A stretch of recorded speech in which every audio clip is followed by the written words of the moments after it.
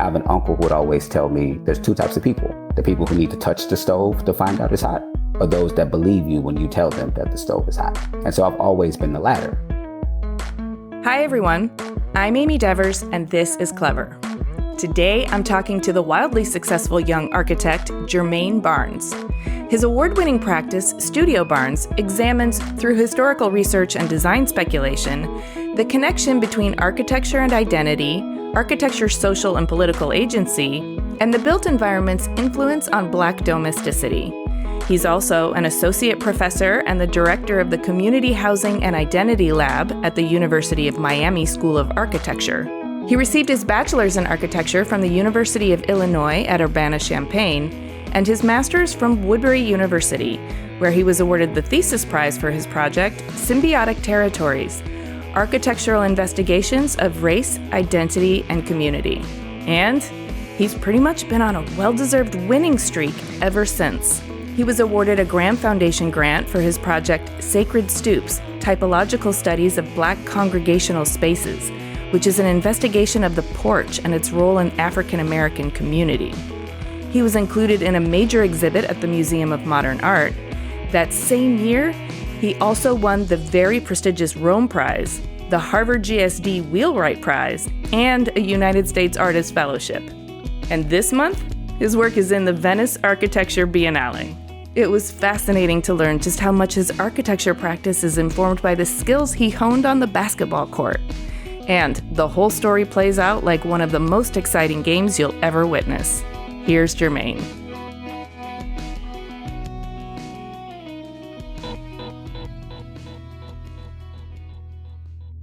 My name is Germane David Barnes. I live in Miami, Florida, where I have a practice named Studio Barnes, which is design and architecture focused. And the reason I do what I do is because, one, I'm not a fan of reading. So most jobs that involve reading and writing were not on my radar. And second, because I would like to leave a lasting impact on the built environment. You grew up in Chicago on the West Side? Yes. In the city of Chicago. Like, a lot of people like to say they're from Chicago and you find out they're from a suburb. Like, no, I'm from the actual city. Talk to me about your childhood. What kinds of things made an impression on your young brain? What was your family dynamic like? It's interesting because I've only ever wanted to be an architect, but I had never met any architects. I don't know where it sort of came from. One of my earliest memories that my mom loves to regurgitate anytime she meets new people is when he was 6, he was with his cousins and they were doing a what I'm going to be when I grow up type exercise at his aunt's house. And Germane said that he's going to be in the NBA and be an architect at the same time. And so I always say, like, obviously that basketball thing never came to fruition, but the architect thing did. This 31 years later, so 6 to 37, and architecture is still there. So it's very, very peculiar that I never met an architect, didn't really know what architects did. I don't even know where I heard the word before. But by 6, I was able to say I'm going to be an architect. That is wild. Yeah, it's weird. I don't want to leave the basketball piece alone because I'm assuming you did play growing up. Yeah, I played all the way through varsity, 4-year letterman, got to time for college. And my coach was like, hey, do you want to play in school? And I was like, hey, man, you and I both know I'm not going to the NBA or anything. So I'm smart enough to have a scholarship for this design stuff. So I'm just go ahead and focus on that. And I'll still play basketball. So you'll catch me at the Wellness Center at the University of Miami, where I teach, playing basketball like 2 or 3 days a week with a bunch of students and stuff, because I'm still in pretty good shape. But I love it. Stop there. I'm interested in if you can draw any parallels to basketball and architecture. Oh, absolutely. Spell that out for me. I'm super interested in how sports and design overlap. And I think it's something that people don't think about enough, but it's really, really related. I tell people all the time, I wouldn't be this successful in architecture if I didn't have so many years of basketball experience. It would not happen. I believe you. Unpack that a little bit. Why do you think basketball supported you in architecture? Sports in general, if you play it at a very competitive level, it forces you to learn discipline. Like you don't have a choice. If you care about this and you love this and you want playing time and you want success, then you have to sacrifice a lot. And it builds up a competitiveness that sort of becomes and defines you.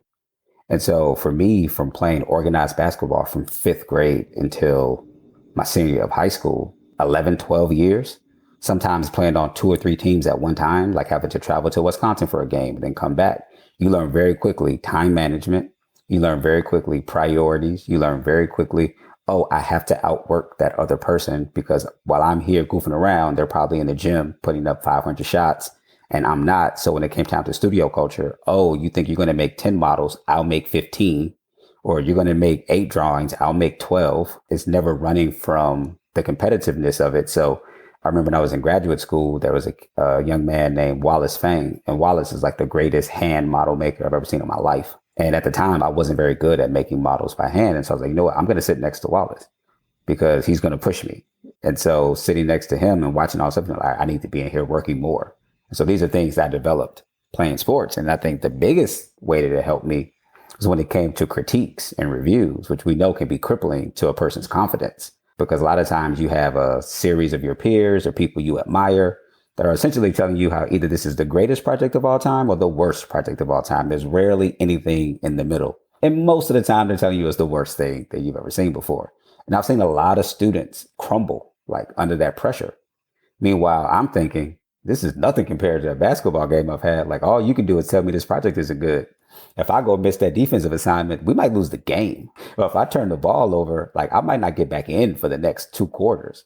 So I was always able to put things in perspective that way because of sports. And then I think the other thing it affords me is the ability to communicate with people. So the position I played in basketball was point guard, which is essentially the leader on the court. Think of it as the coach makes the plays and the point guard makes sure that everybody knows their roles where they're supposed to be. That sounds like an architect to me that's leading a bunch of consultants of saying, you do this, you do this, you do that. And understanding how to communicate with those people, because with some players, I knew I can yell and they play better. Others, I knew I had to give them a pat on the back or be very encouraging and they'll play better. And so all these things have helped me as an educator and as a professional. I see it. I believe it. And I also want to ask you about, just as while we're on this topic, it would seem to me that you would have to learn a lot of like sort of fast decision making, a lot of like very feel your way, understand the flow, kind of, you know, the game so well, you can kind of see 3 steps ahead and how things are going to go. You make these sort of on the fly decisions. Has that helped you in terms of being flexible and adaptable in your work? Absolutely. I think one of the best compliments I typically get from colleagues or fabricators that I work with, even if it's the first time, it's you're very easy to work with. And that goes back to me knowing like I can't be stiff. Like I have to be able to change because if I'm playing a game and this person starts making every single shot, we got to be willing to change. If we don't change up the scheme, we'll lose this game. So when I'm doing real work, if somebody says, well, Germane, the drawing we originally sent you is not representative of what's here in the space, is that okay? I can't be like, no, I was planning for this one thing you sent me and now it's this other thing. It's too late to change. My thought is, okay, let's shift. Here's how we do this thing. Let's keep going. And then we move on from there. And that also demonstrates a kind of respect and understanding for the rest of the team. Like in this case, the trade laborers and the people who are on site. And when you respect what they have to do and what their role is in the whole game, and you're playing to support them in terms of their strengths and your strengths, that seems like a much more fluid and collaborative kind of arrangement. A lot of times we hear of so much contentiousness between, let's say, the creative class and the trade. That really frustrates me. But it sounds like you've got a nice dynamic going. Well, absolutely. I mean, everything that we do, we put everybody's name on it. So anytime I win an award or a project gets a lot of notoriety, I'm always sure to say, well, this is who built it. Don't think I did it. We just designed it. Or here's the teammates that did it. Because again, it goes back to my theory in sports where it's like, if I'm playing with 4 other people and we go 8 possessions and one guy never gets the ball, he's doing all this hard work that's going unseen. He's just looking at us like, why aren't you guys passing it to me? He's going to stop working hard. He's going to stop caring. And the next thing you know, you lose the game because he's like, well, you didn't care about me. So why should I care about the team? And so I keep these same ideals. And the funny thing is when I'm playing basketball, sometimes my teammates are like, why are you passing him the ball? He's terrible. I'm like, because he's doing all the stuff you don't want to do. If I don't give him the ball a few times, he's going to stop doing those things and then we're going to lose. And so when it comes to the real building, it's like, why are you putting their names on it? They didn't have anything to do with the concept, et cetera. I'm like, because they built it. If they didn't build it, we would have had to do it. And if we had to do it, it would not have been this clean as them. So then what's the problem? This is definitely things that have definitely paired together. That's keeping the big picture in mind. And that's also understanding not only the team dynamic, but pride in someone's work is actually a key piece of the intention of the built work. And if you put love into designing the concept and the intention behind it, then you want it to be built with love too. So that means everybody's got to be respecting each other. Absolutely. You knew you wanted to be an architect from 6 years old without any sort of role model for that. How did that grow and foster in your brain? Did you start seeking out examples of architecture? No. I mean, no? No. It was just this abstract concept? Yeah. So I said, like stories like these are ones that make you believe in serendipity and destiny without right? It's like, it's just so bizarre. It was like assigned to you before you were born and you're like, okay. No, look, I'm going to tell you, so it's going to be even more crazy when I say a couple more things that actually sort of work together, Amy. And that's that, I want to be an architect at 6. I have an older cousin. My older cousin is really good at sketching, really good at like drawing cartoon characters and things. And there was a manga called Dragon Ball Z that used to come out when we were younger. It's still out today, but it originally came out when we were much younger. He would draw the characters all the time. And in my affinity for wanting to be like my older cousin, I would just start drawing them too. So I'm drawing all these things, but again, never a building. I don't think I ever drew a building until the 7th grade. And the reason why I said until the 7th grade is because the elementary school that I went to, 7th grade year, you do a class diorama project, 7th and 8th graders. That year, the 8th graders had the Amazon rainforest, and they did this whole installation in our hallway on the 3rd floor. 7th graders were on the 2nd floor. And so we did Frank Lloyd Wright as ours. And so every single student got put into pairs, and you had to build like a small model of a Frank Lloyd Wright home that was given from the list. And so I picked the Guggenheim Museum, me and my friend Pedro. So we built a model of the Guggenheim, and I was in the 7th grade. But where it really gets trippy is we did a field trip to Frank Lloyd Wright's home in Oak Park. Because, you're in Chicago, you have very good access to it. So as we're driving down the street on the yellow school bus, I see my house. And I'm like, why are we by my home? Then we go a little bit further, and I'm like, I play in that park. Where are we? Come to find out, the park I played in as a kid is directly across the street from Frank Lloyd Wright's home. No way! Literally across the street. So this entire time, I'm literally just being a kid running around playing and stuff, not knowing I'm literally across the street from Frank Lloyd Wright's home. Go inside. I come home to Mom, I'm like, Ma, the park that we play in all the time? It's across the street from Frank Lloyd Wright's home? And she's like, never knew that. And then we realized there's plaques all over the place. There's street signs and things, and just all melds together. It's just sort of insane thing that, again, I don't know how all this stuff happens. Just to get even more meta, that's an example of how the built environment seeps into your subconscious and has an impact on the world around you. And if we design the built environment for the world we want to see, then we can make it a reality. It was just so insane. There's a restaurant down the street from there called Giordano's. It's a famous Chicago pizza place. And we would go there a lot. And then when I was in from 3 to 5, I have one of those parents that just puts you in everything. It's like, I'm going to find ways to keep you busy so you never get a chance to just sit down and do nothing. So I never had any free time. And from 3 to 5, I did tap dance and ballet and all that kind of stuff as a kid. And that was on the exact same street as the park, as Frank Lloyd Wright's house, et cetera. You just take that one street all the way down. And so I don't know how many times I probably made that drive, not realizing what I was seeing. But me and my older siblings will play this game of that's my house. And you see a very nice house, you put the window, that's my house. Like, it's the first one, the quickest one to see the biggest, most glamorous, beautiful sort of object. You get to claim it. And if you say it before somebody else, then it's yours. There are a lot of very beautiful homes in Oak Park that you see that make you really want to say, I wish that was my house as you're driving past. Wow. That is serendipity. 7th grade, you're realizing you played across the street from a Frank Lloyd Wright house. When you were doing this project and going on this field trip, was it clicking for you? Were you also getting more inspired by architecture and you were thinking, oh yeah, this is why I want to do it? Or was it like, this is not what I thought it was going to be? It was probably more reinforcement. It's funny, this was maybe 5 or 6 years ago, because I'm still in touch with Pedro, the guy from kindergarten, because we went to kindergarten through 8th grade together. Then we went to high school together. So still inexplicably linked all these years later. I think I posted something on my Instagram page and he sent me a DM and he said, dude, you've been talking about this since we were 6. And I was like, it's crazy that you still remember that like this literally is the only thing I've ever wanted to do. So sometimes people like doubt the veracity of my story. I'm like, nah, man, this is the honest truth. Like there's never been anything else. I mean, obviously there was the basketball aspect, but aside from that, there's never anything else I wanted to do. Man, that was not me. I didn't know what I wanted to do. I had to go the circuitous route. But talk to me about your teenage years. If you're already sort of on the path to architecture, you're playing basketball, and that's still a big piece of your life. Where did your teenage angst and growing pains fit in? And like, what did they look like for you specifically in terms of you finding your adult identity? I can honestly say I'm lucky, and my sisters would tell you they hate this about me, that I never had the awkward phase. Like I never had the awkward phase. That is not fair. Yeah, they will tell you they hate it. Physically, I never went through it. Like I have the exact same face I've had since I was a kid, just minus a mustache and a beard. So like I never actually went through the awkward phase, and they used to hate that about me. It's like you're good at everything. The moment you grab something, you catch on. I think it's just like a dexterity, but I tell them all the time that it's because I'm the youngest. Like I was able to learn from them. And I have an uncle who would always tell me there's two types of people: the people who need to touch the stove to find out it's hot, or those that believe you when you tell them that the stove is hot. And so I've always been the latter, in that, okay, clearly I think you care about me. So why would I think you're going to give me bad advice? So you tell me not to do these things, I'm just not going to do them. You tell me to do these other things, I'll just do them.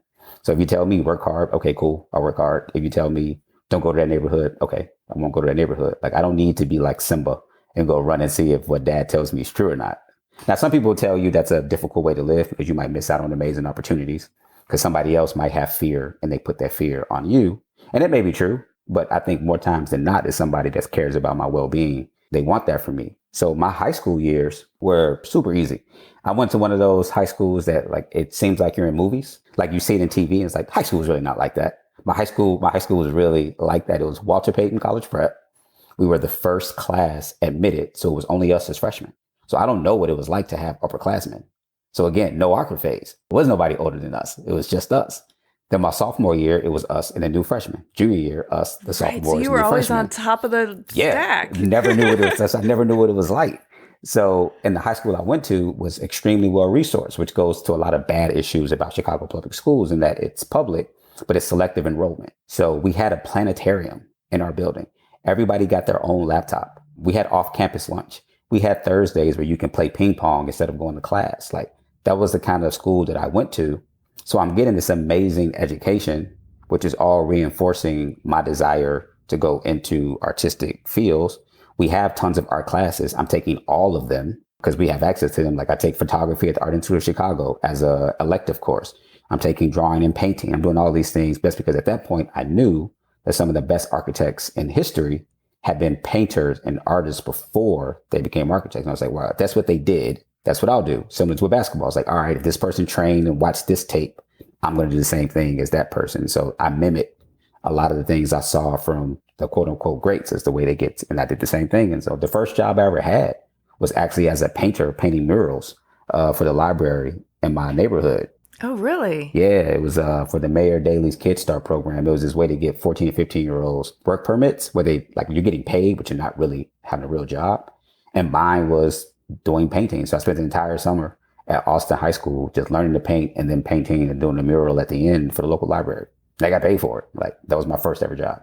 And were you doing it with a team of people? So it was like collaborative as well? Yeah, it was like 8 or 9 of us high school kids. Some of them went to that high school, Austin High School. Some of them from the neighborhood. I was from the neighborhood, but I didn't go to that high school. My high school was like 45 minutes away. So we all were like learning together. And a lot of people, everybody could draw, but a lot of people didn't know like technical skills. Again, remember, I'm just copying my older cousin. I'm not like getting formal training. I don't know if you remember these things, but like the Scholastic Book Club things they do, right? Mm-hmm. And so, you know, you used to have like the pamphlets, like how to draw a superhero. How do I say? So I used to get all those books. So I was very fortunate to have parents who have money and were able to buy these things for me.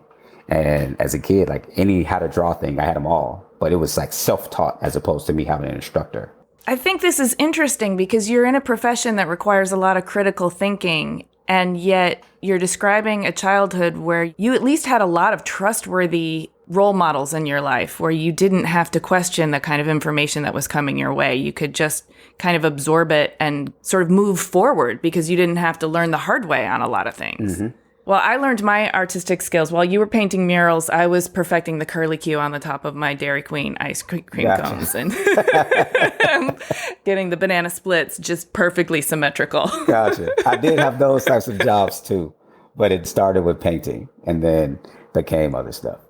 So architecture was never in question. How did you decide on your college trajectory? Like where you wanted to go to school and where you wanted to study? That was a series of unfortunate events. This is where we start to hit a bit of a few roadblocks. Everything's super easy at this point, just to be totally honest. Everything's super easy.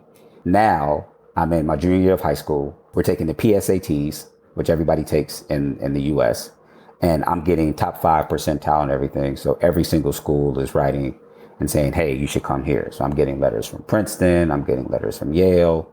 I got accepted into some Stanford program during the summertime, which if you accepted this offer, you automatically get into Stanford as a freshman when you come.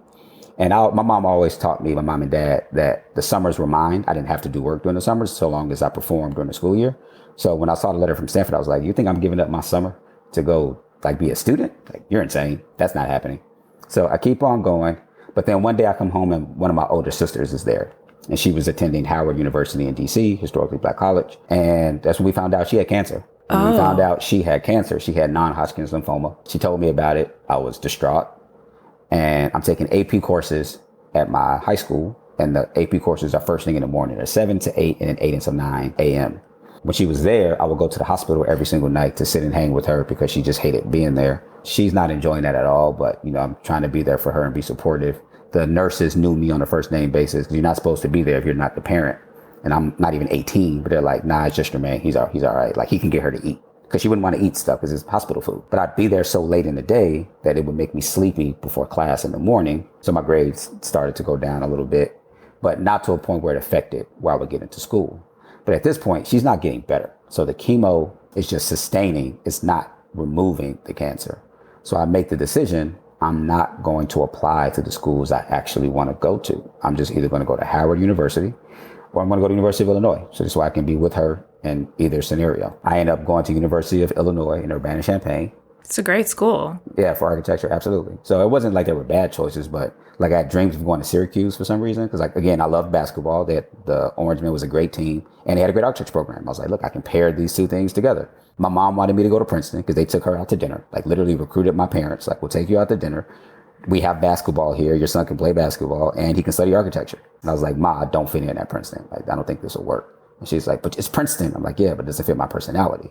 You're so self-aware for a young man. I just knew it wasn't it.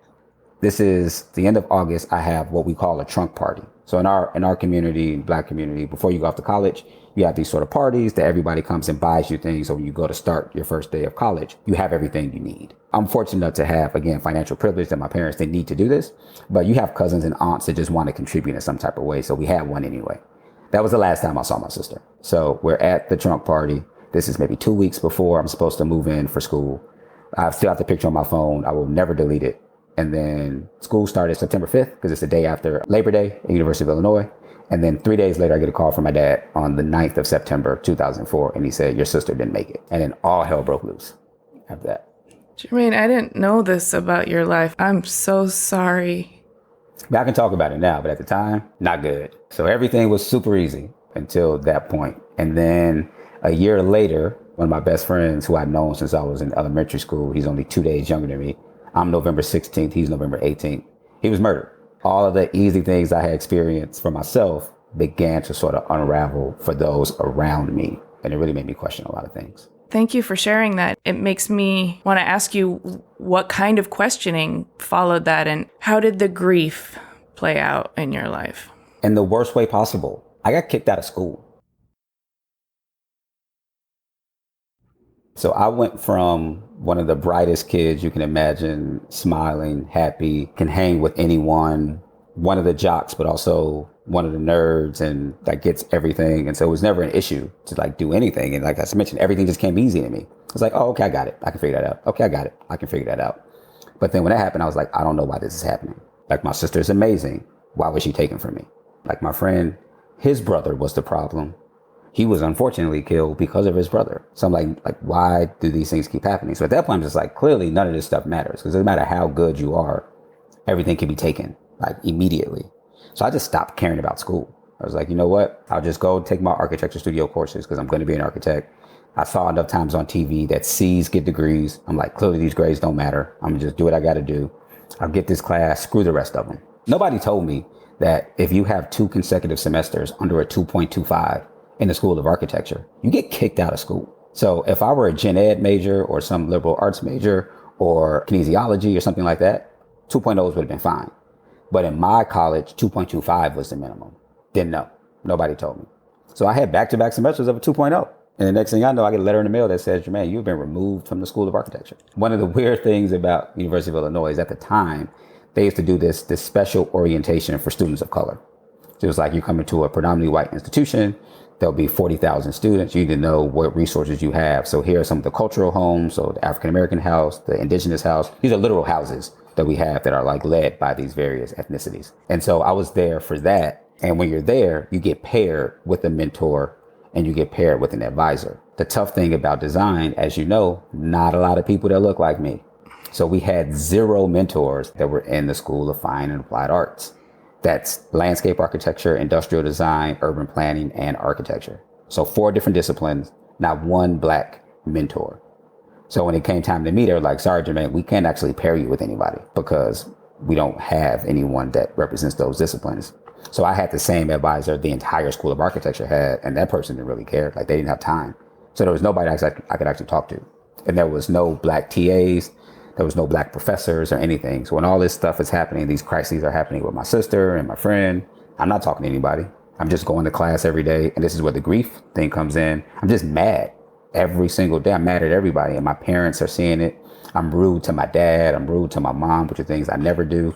And at one point, my mom just snaps. She's just like, you have to go to therapy. Because she's like, she sees the letter saying that I'm kicked out of school. She sees I'm not happy. She's like, I know you're sad that he took your sister. Like, I know you are. Like, but God has a reason for why this happened. Not to turn this into like a religious thing, but she's like, you need to talk to someone. So I go to my counselor. My counselor's like, why didn't you tell us this was going on? I'm like, who am I supposed to talk to? Right. Like, I don't know who I'm supposed to talk to. They're like, well, if you go to counseling and if you retake these classes over the summer, we'll readmit you into the school in the fall. So it actually didn't interrupt my ability to finish in time. But I had to go to counseling. I go to counseling, like one of the longest, biggest cries I ever had in my life, where just like everything just like came out.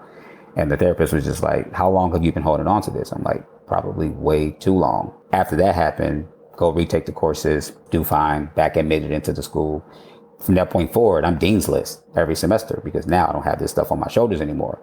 But those 2 semesters wrecked my GPA. So now when it's time for graduate school, who doesn't look like a good candidate? Me, the kid who amazing student his entire life, except for this 1 year when all these crappy things happened. And I wasn't comfortable writing about it to graduate schools and telling people my personal business about. They're just looking at my GPA and thinking like, oh, this kid can't hang, or he's not talented enough, not knowing the circumstances. And I got rejected from all the graduate schools I applied to my first go around. It was tough. I'm happy to hear about that big, long cry. I'm a fan of them. I do think they cleanse your system. And it sounds like your faith was shaken, and your faith in whatever you believe in. Absolutely. Having a catharsis is one piece of processing the grief, but like rebuilding your faith is another part of it. And did that happen for you? Is it still happening for you? Is it an ongoing maintenance project, or It's definitely an ongoing maintenance project. It definitely was shaking quite a bit. Like, I was questioning everything at that point, and things started to come back around. And this is someone that's from a family that's like super, super, super religious and like Southern Baptist, because mom's from Arkansas, dad's side's from Mississippi. So it's like super ingrained in the culture. But I'm questioning everything now. I'm like, why? This doesn't make sense. Why? Go through the therapy portions. And now at this point, I'm not getting into any grad schools. And it's 2008, which is height of the recession. So now I'm like, this is some sort of perverted twist that I picked the thing I've only ever wanted to do. And this is the worst time to graduate with a degree in architecture. So this is when I ended up moving to Cape Town. So I moved to Cape Town because I came across this internship opportunity through our career services department at the University of Illinois. And when I go through there, I tell my parents, I'm like, hey, I have an opportunity to go get a job in Cape Town, but it's unpaid because, again, architecture stuff, most internships are unpaid, unfortunately. So you guys have to pay for my rent. You have to give me money to spend, and I'll be there for like 3 or 4 months. My parents were like, will this actually help you? Like, will this help you in your career? I'm like, absolutely. And they're like, all right, then we'll pay for it. Again, economic privilege. So definitely not lost on me. And while this is happening, I'm getting ready for this. I'm actually taking a course at the local community college in Chicago. And this is because, again, this goes back to the sports work ethic of what are my deficiencies? What do I need to get better at? So I'm like, all right, look at my portfolio. Maybe the reason I didn't get into grad school is because my models weren't good or because my portfolio wasn't as good. Not thinking it's because of my GPA. Like I didn't know at that point. So I signed up for a 1-credit course at Triton Community College. I have my degree in hand already. I'm with a bunch of high school kids and first year students who don't know what they want to do. And they're all like, why are you here? Like you already have a degree. But in my head, I'm like, I see a deficiency. I need to get better at it. Like I don't have a big enough ego to think I'm above this. This is what I got to do. This is what I have to do. That's what I did. So like I literally spent that time there with a bunch of 17, 18-year-olds, even though I've already graduated, to retake my freshman year courses so that I can get better at them, even though like I didn't need to. Wait, I know you're there because you don't have a big ego and you're polishing your game. But for those 17, 18-year-olds to see you being so dedicated, already with a degree, polishing your game, that's a really strong vision to behold. I've never thought of it that way, but I see what you mean. I just feel like you probably impacted a lot of those lives just by being there, doing what you needed to do for yourself. I thought it just as, I got to go do this. I got to get it done. And when I tell some of my students that, I'm like, do you really care about it? If you really care about it, then you'll sacrifice certain things. And they're like, what do you sacrifice? I'm like, there's a lot of stuff that you don't know about me. Like you see a lot of the stuff today, but it was not this easy to make it. And then when I came back from Cape Town, I applied for all of my grad school again. I'm like, all right, this reinvigorated me. I'm super excited about this. This is amazing. I'm going to go do this again. And now I can talk about what happened because I've gone through therapy. I know how to have conversations and things about it. Like it's part of life. It's happened. I continue to understand that these things happen to people.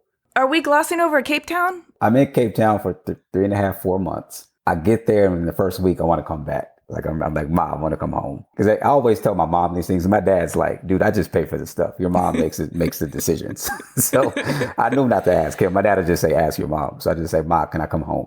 And she's like, how much longer do you have? Like 3.5 months. She's like, oh, then you'll be there for 3.5 months. I'm like, why? And she's like, 1, because I paid for it already. It's like, and 2, because it'll get you out of your comfort zone. Like, you need this. I like your mom. Oh, she's intense. Like, she's the sweetest thing ever, but like, she's intense. She's like, no, you'll be fine.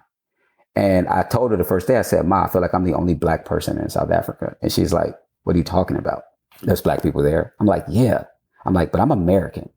So it's not the same. I'm like, everybody looks at me like I have a horn in the front of my head. Like nobody treats me like I'm from the diaspora. Everybody treats me like I'm an American. And so it's weird. Like it's extremely isolating because like I don't speak Xhosa. I don't speak Afrikaans. I'm just a regular old American here.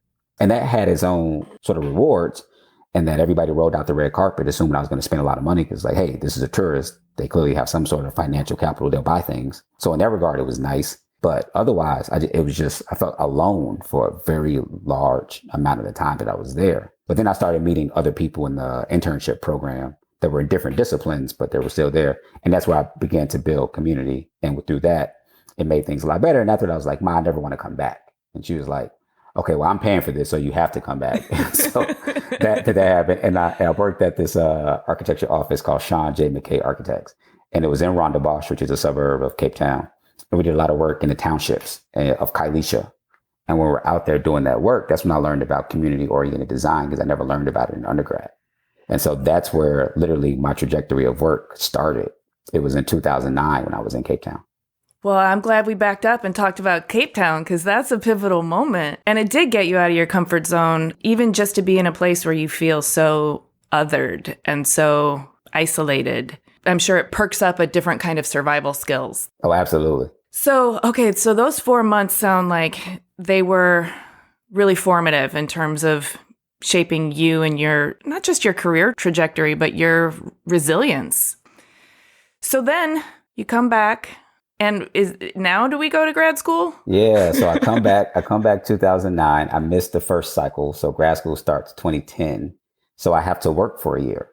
And so I've always had a very strong work ethic. Yeah, I didn't have to work. My parents would have been cool with me just being home And they just missed me. They were happy I was there. But I was like, nah, I can't just sit around and do nothing. Like, I'll get bored. And Nike in Chicago had a job opening. And that job opening was for a visual representative or something like that. And the visuals are basically interior designers. Okay. And I was like, oh, architecture thing here. Merchandising the retail outlets and stuff? Exactly. Okay. I'm like, cool, this is basic interior design. Like, this is architecture. I can get this job. So I apply for it. I get the job. I spend a year working at the Nike store downtown Chicago. And then I'm applying to grad schools again. So I apply to 6. I'm talking about what happens. I'm like, hey, if you get me, you're getting an amazing student. I just got back from my first internship in Cape Town. Just take a chance on me. Trust me, everything's going to be good. 3 out of the 6 schools immediately rejected me. One of those schools was the University of Illinois, Urbana-Champaign. I'm like, how do you reject me? Like, you knew what happened. They rejected me. And then 2 other schools put me on wait lists. The 3rd school was like, hey, come for an interview. So that 3rd school was Woodbury University. And they're like, if you can come out for an interview, we can talk and this might help your candidacy. And again, so mom, dad, you just put me on a plane to send me to California. And again, when I say these things out loud, I recognize how hard it is for the average student to be able to just tell their parents to just do this kind of stuff, right? Yeah, no, I'm hearing it too. Yeah. I also sense your gratitude. Yeah, absolutely. They put me on the plane. I go there and I meet with Barbara Bester. So I meet with Barbara Bester. Barbara is the director of the grad program at the time. And so Barbara's sitting there with Norma Millar, who unfortunately passed away to cancer a few years ago. And she says to me, hey, what happened in this little time here? She's going to my transcripts. And she's like, everything else seems really good, but something's not right about this little spell. I'm like, oh, you're the first person to ask me this. I was like, that's when my sister died. And she goes, wait, what? I'm like, yeah, my sister died from cancer. Like, and then one of my best friends was murdered and I didn't know how to deal with it. So I didn't care. My grades sucked. And she goes, oh, okay, this makes sense. You're in. And I was like, wait, what? She was like, yeah, you're in. She's like, clearly you're a really bright student. You just had some unfortunate circumstances. So you're in. Isn't that amazing when a human just intervenes with the system and like absolutely leads with empathy? Absolutely. Jesus. Yeah. So I told her, I said, look, you will not regret this. Like, just trust me. You will get the best student you've ever had. And then the other 2 schools, one of them is like, you didn't make it off the wait list. And then the other one was like, hey, if you come here for a talk to talk with us, this might help your candidacy. So I drive all the way there. It's a 5-hour drive. And I get there. The person who originally wrote me didn't even meet with me. They put me off to somebody else. And I was like, this was a colossal waste of my time. And so it ended up being Woodbury. And then when I got there, I won every single award that the school had.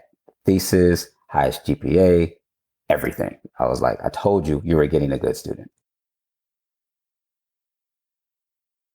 So you won every award. So clearly they don't regret letting you in. I want to make sure we talk about the thesis prize because, first of all, it sounds like an amazing project. And so I'd love to hear about that.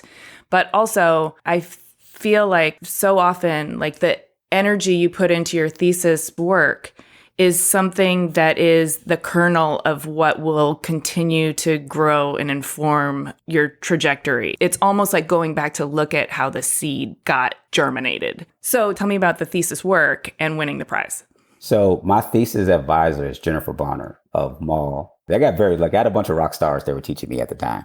So I got very, very lucky in all of my professors. And so at the time, I just wanted to do some hip hop and architecture stuff. I just want to do something really cool and be done with it. And I had a professor who just made a comment that race and architecture have nothing to do with each other.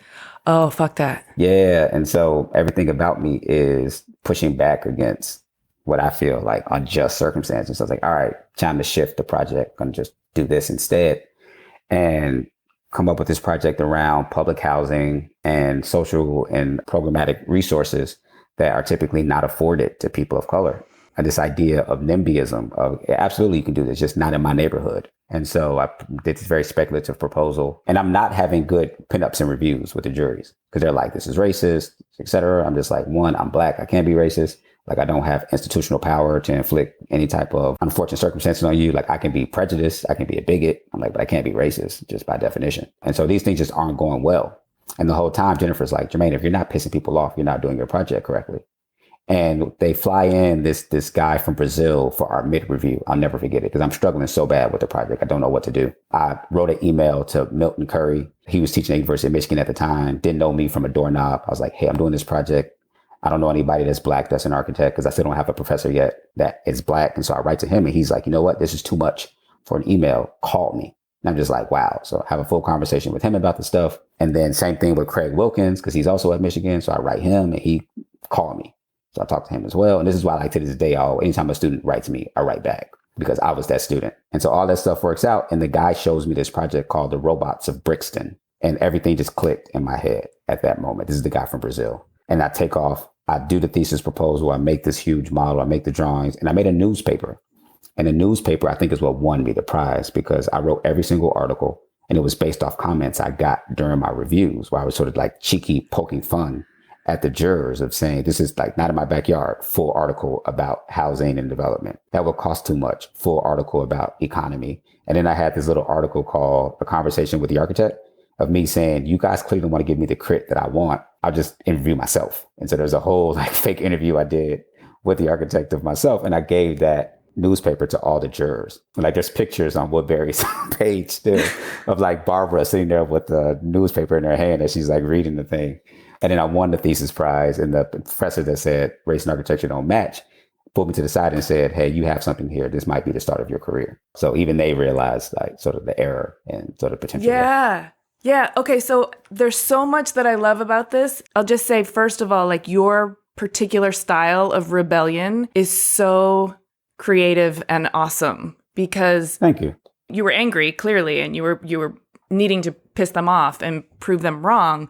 But you did so in such a way that actually pointed out all of the absurdities and incongruencies and hypocrisies. And you also gave yourself a voice by interviewing yourself and getting to say what you wanted to say. And by putting it in the printed format, the newspaper, you allowed everybody to digest it and not have to defend themselves in the moment. So they could actually come back to you and say, you know what? You're right. I was wrong. Everything about that feels to me like somebody who understands the dynamics and how to get through in a really creative and productive way that doesn't compromise your voice or your values.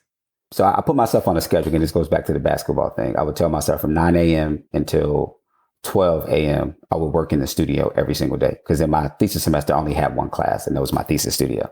So I was like, I'll spend every single day during this time so I can still go to bed at a reasonable time, get some sleep. But the last 2 hours of the day, I would just write these articles. And they started as frustration. It was just like, I got to get these thoughts out of my head.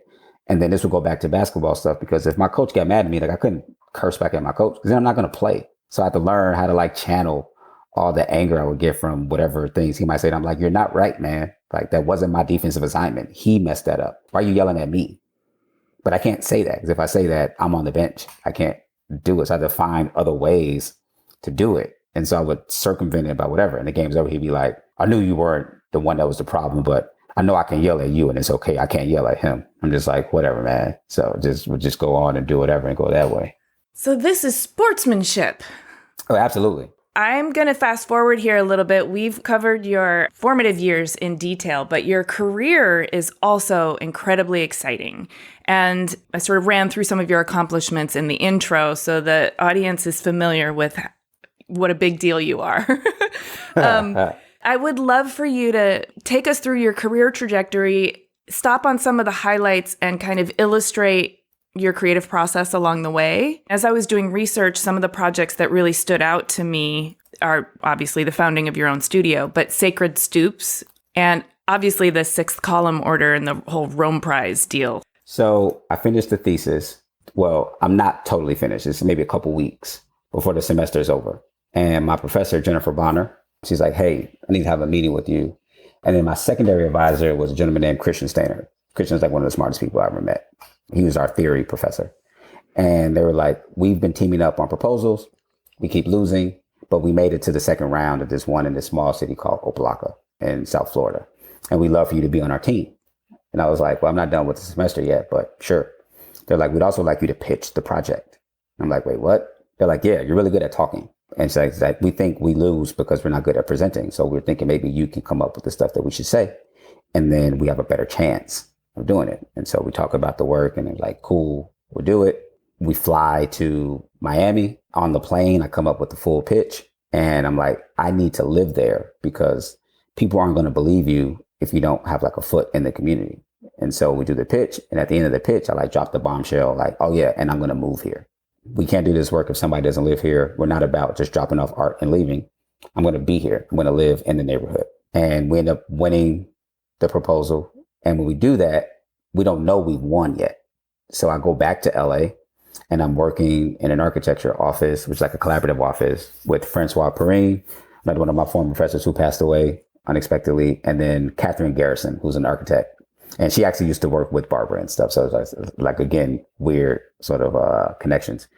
And I'm doing design installations with Francois. I'm doing capital A architecture with Catherine. And so I'm split back and forth between the two.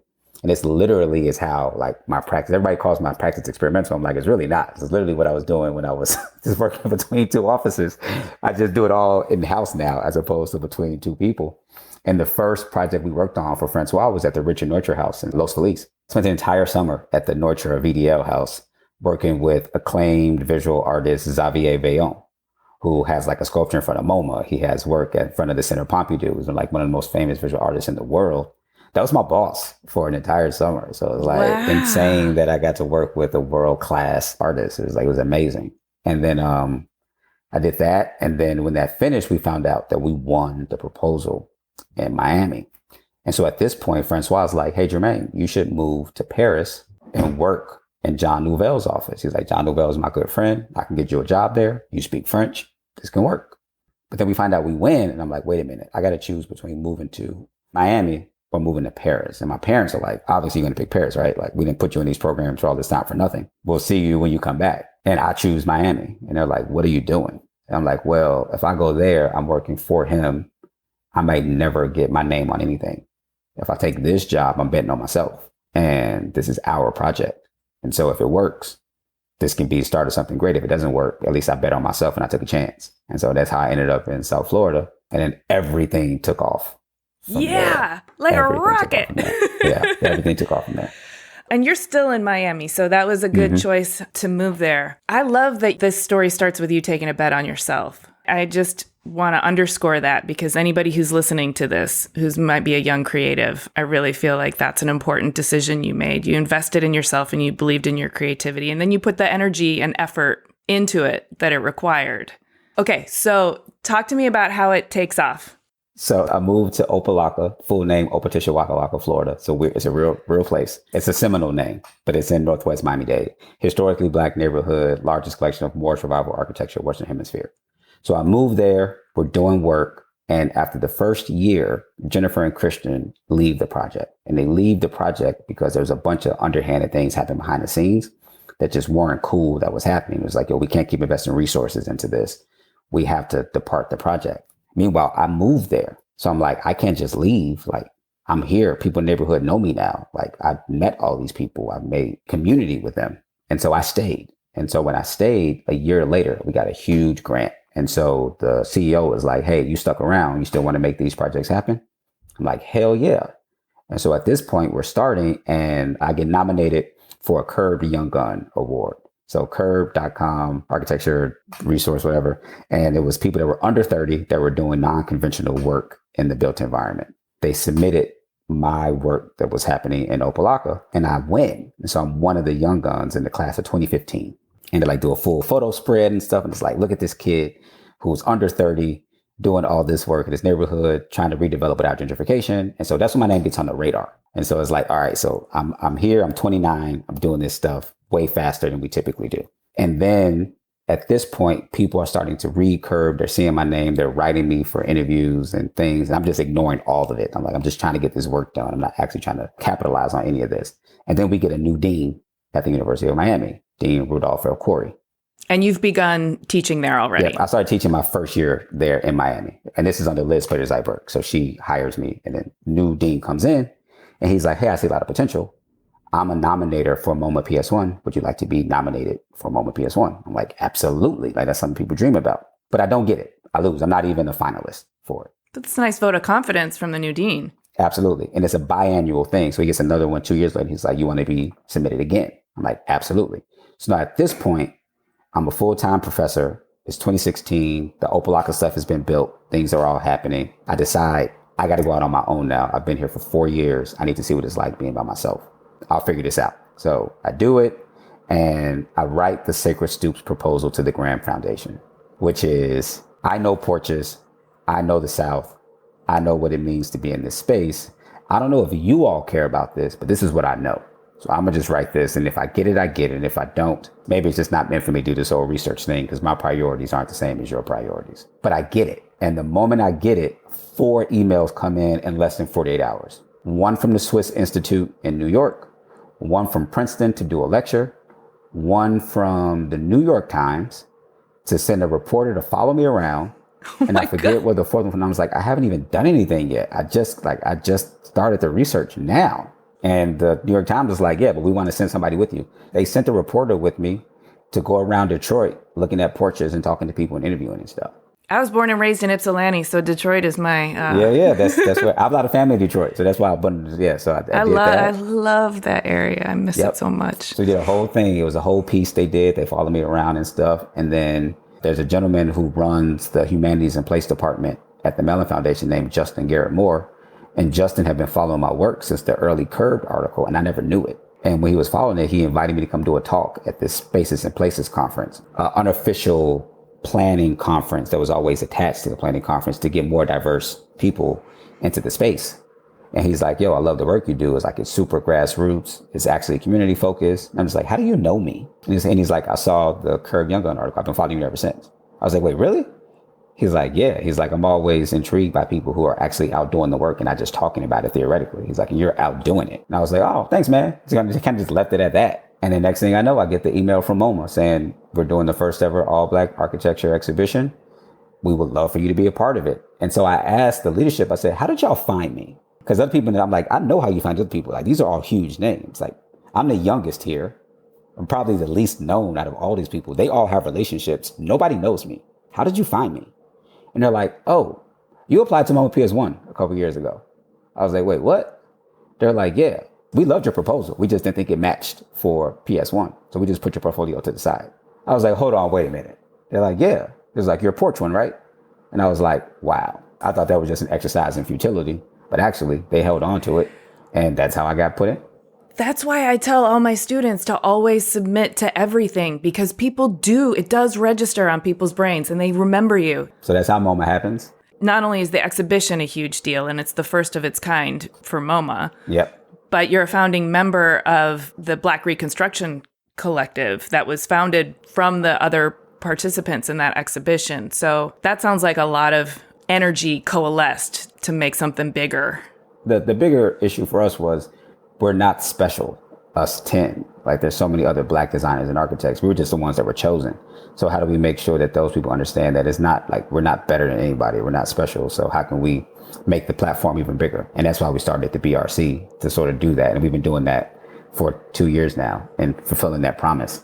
I think that the biggest thing was because I was so young compared to the people in the show, I was just like, man, I have to deliver. I was like, I'm afraid that I was going to ask you how you're handling the pressure. Oh man, it was a lot, because I came out the gate super bold. I told the curatorial team I'm not making a single architectural drawing.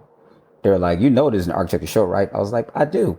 Not doing it though. And they're like, why? I'm like, because this is still a museum and I want everybody to engage with it, and everybody doesn't know how to read a plan. So I'm not going to do that. I'm like, I'd rather just build something and do some collages and be done with it. And they were like, all right, Germane, whatever. And then I did it, and they were like, okay, so we're going to use these as all of our press images. And so it became like it became all the press stuff. And so it was crazy when I went to MoMA and like you see Basquiat, 4th floor, you see Pope L, 5th floor, and then you see my image that's right there. Germane Barnes. Yeah. And I'm just like, wow, like that's insane. Wow. And I guess I nailed it, because then everybody started coming and asking for follow-ups and things. And then Rome Prize happens after that. This is like 2021. This is an incredible year. And I just want to tell people the name of that work was A Spectrum of Blackness. And I want to say that so they can Google it properly. You also won the Harvard GSD Wheelwright Prize that year, right? It was hot damn, Germane. Some might say I peaked. No, you're just getting started. The Rome Prize, how did that hit when you won that? Because that is a huge deal. And congratulations. Thank you. I'll be totally honest with you. So this is COVID times is happening. And I'm a bit of a loner in that I enjoy just being by myself. And some of that goes to me having a huge family and rarely getting time to myself. So I cherish it when I do. And so in my mind, I was like, wow, this is a chance for me to just buckle down and then just get all the work done that I've been trying to get done and just focus.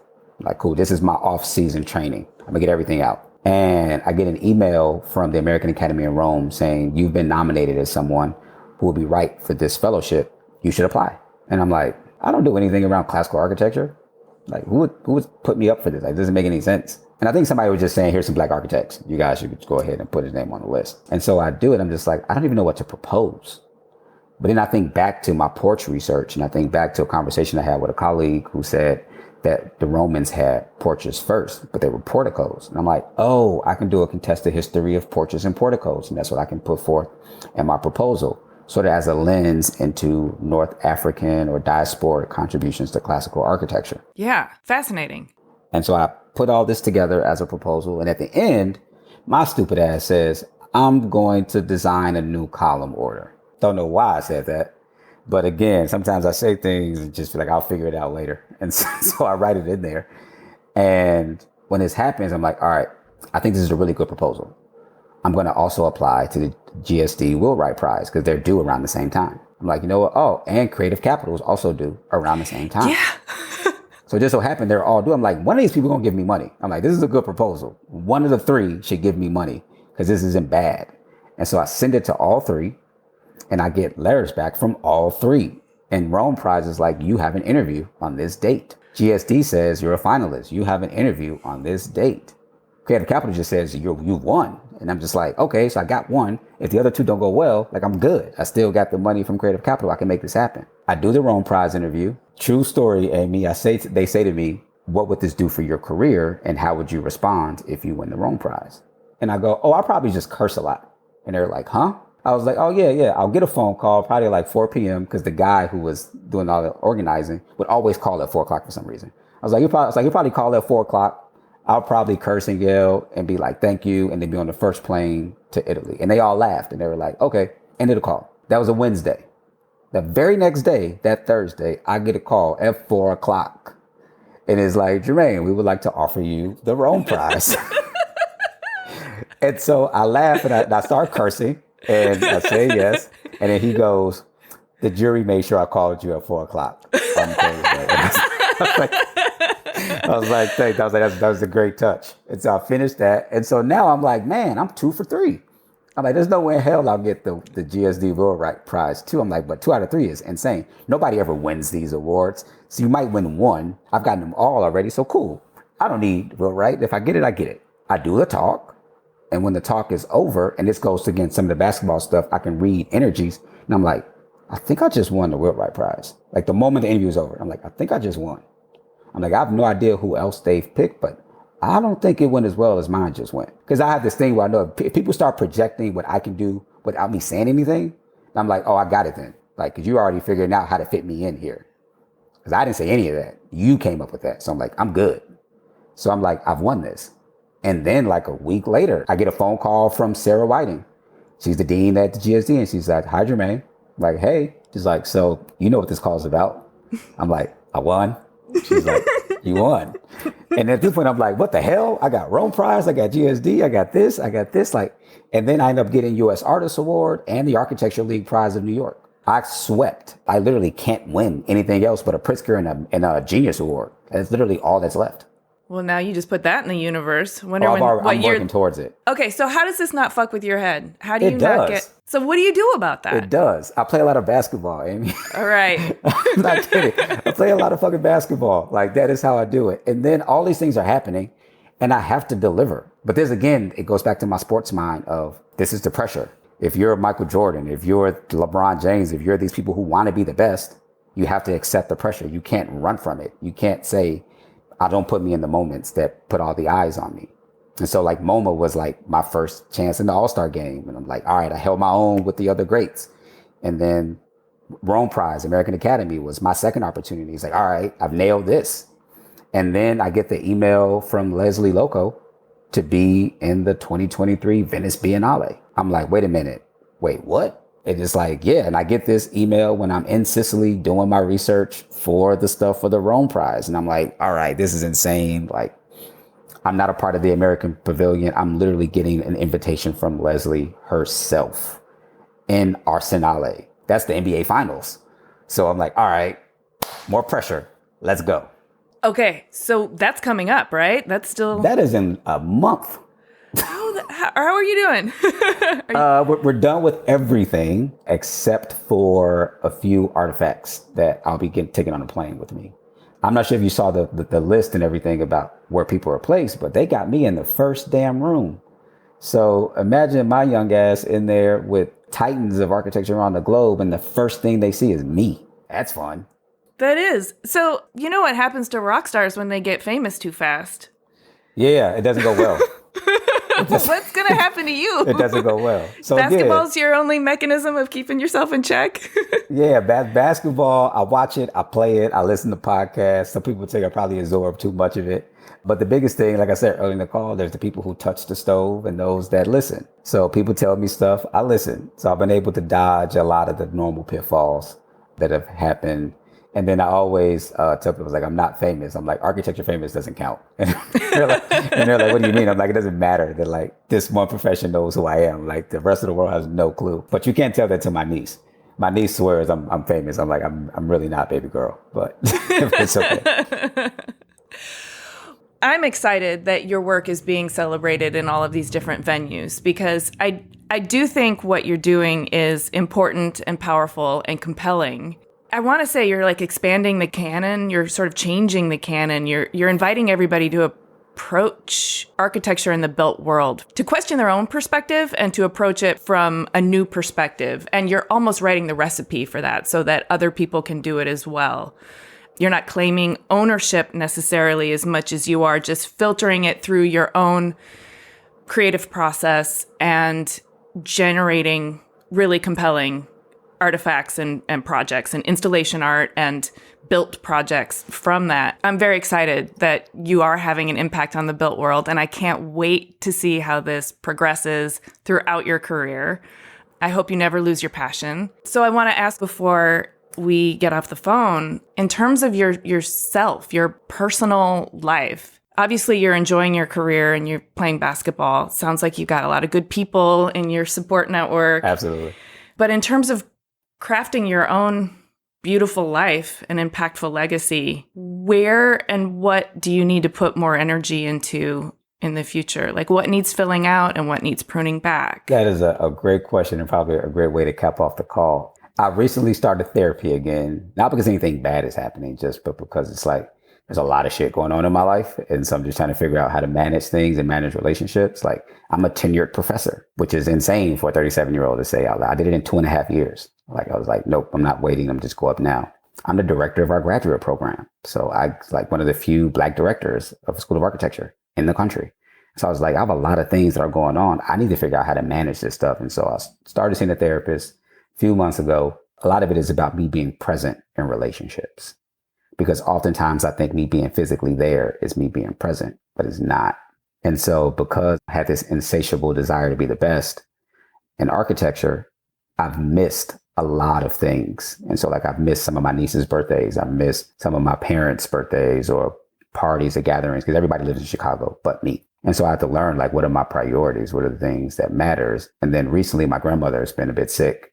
And so we all flew home to go see her. And there was so many people that were there. And I just didn't realize how many people she had touched. And the whole time I'm sitting, I just put things in perspective. I'm like, if I don't create or carve out time for this part of my life, then like, who am I doing this for? Like, what is all the success for? And so I've been able to reorient a lot of those priorities. Again, by the therapist has been very helpful in that regard. Like, and I think about people just assume therapy means like there's a crisis. I was like, no, like I have nothing to complain about. My life is a breeze. It's an oil change. It's tune-up. Yeah, my life is an absolute breeze. I just do this because I think it's good for maintenance. And so he's been trying to help me to make sure that people feel valued. And so that I'm able to see the value in platonic relationships as well as romantic relationships and be able to reprioritize things. And so I've been trying to do better at that lately, to make room for people and make room outside of, I got this project that's coming up, or I got to do this, or my momentum is still going. I don't want to lose that momentum and fall out of the public eye and keep taking on every opportunity, because sometimes every opportunity isn't the right opportunity. And so hopefully that continues, but I'm trying to do better. I do want to say that you were very present during this interview, and I really appreciate you sharing your whole story with me and our listeners. And I just hope I get a chance to meet you in person one day, because this was awesome. Likewise, this was very fun. Hey, thanks so much for listening. For a transcript of this episode and more about Germane, including images of him and his work, head to cleverpodcast.com. If you can think of 3 people who would be inspired by Clever, please tell them. It really helps us out when you share Clever with your friends. You can listen to Clever on any of the podcast apps. Please do hit the follow or subscribe button in your app of choice so our new episodes will turn up in your feed. We love to hear from you on LinkedIn, Instagram, and Twitter. You can find us at Clever Podcast, and you can find me at Amy Devers. Please stay tuned for upcoming announcements and bonus content. You can subscribe to our newsletter at cleverpodcast.com to make sure you don't miss a thing. Clever is hosted and produced by me, Amy Devers, with editing by Rich Straffolino, production assistance from Alana Nevins and Anushka Stefan, and music by L1011. Clever is a proud member of the Surround Podcast Network. Visit surroundpodcast.com to discover more of the architecture and design industry's premier shows.